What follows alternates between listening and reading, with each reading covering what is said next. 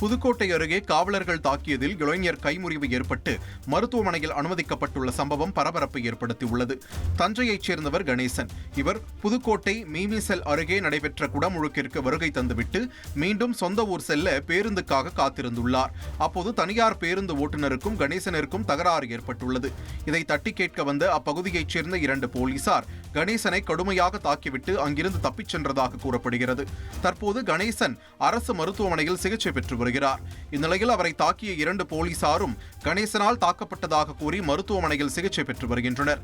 மேலும் கணேசன் அளித்த புகாரை போலீசார் பதிவு செய்ய மறுப்பதாகவும் குற்றம் சாட்டப்பட்டுள்ளது. சிவகாசியில் மது போதையில் ஆசிரியரின் மண்டையை உடைத்த 2 மாணவர்கள் சஸ்பெண்ட் செய்யப்பட்டுள்ளனர். திருத்தங்கல் அரசு ஆண்கள் மேல்நிலைப் பள்ளியில் 12ஆம் வகுப்பு படிக்கும் 2 மாணவர்கள் மது அருந்திவிட்டு பள்ளிக்கு வந்ததாக கூறப்படுகிறது. வகுப்பு ஆசிரியர் சண்முகசுந்தரம் மாணவர்களை கண்டித்துள்ளார்.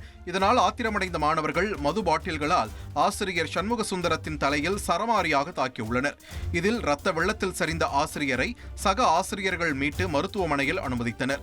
தகவல் அறிந்து பள்ளிக்கு சென்ற போலீசார் 2 மாணவர்களை பிடித்து விசாரணை செய்ததில் செய்முறை தேர்வில் ஆசிரியர் சண்முகசுந்தரம் மதிப்பெண் குறைத்து வழங்கியதால் தாக்கியதாக தெரிவித்துள்ளனர். இதனையடுத்து 2 மாணவர்களையும் போலீசார் கைது செய்து கூர்நோக்கு இல்லத்தில் அடைத்தனர்.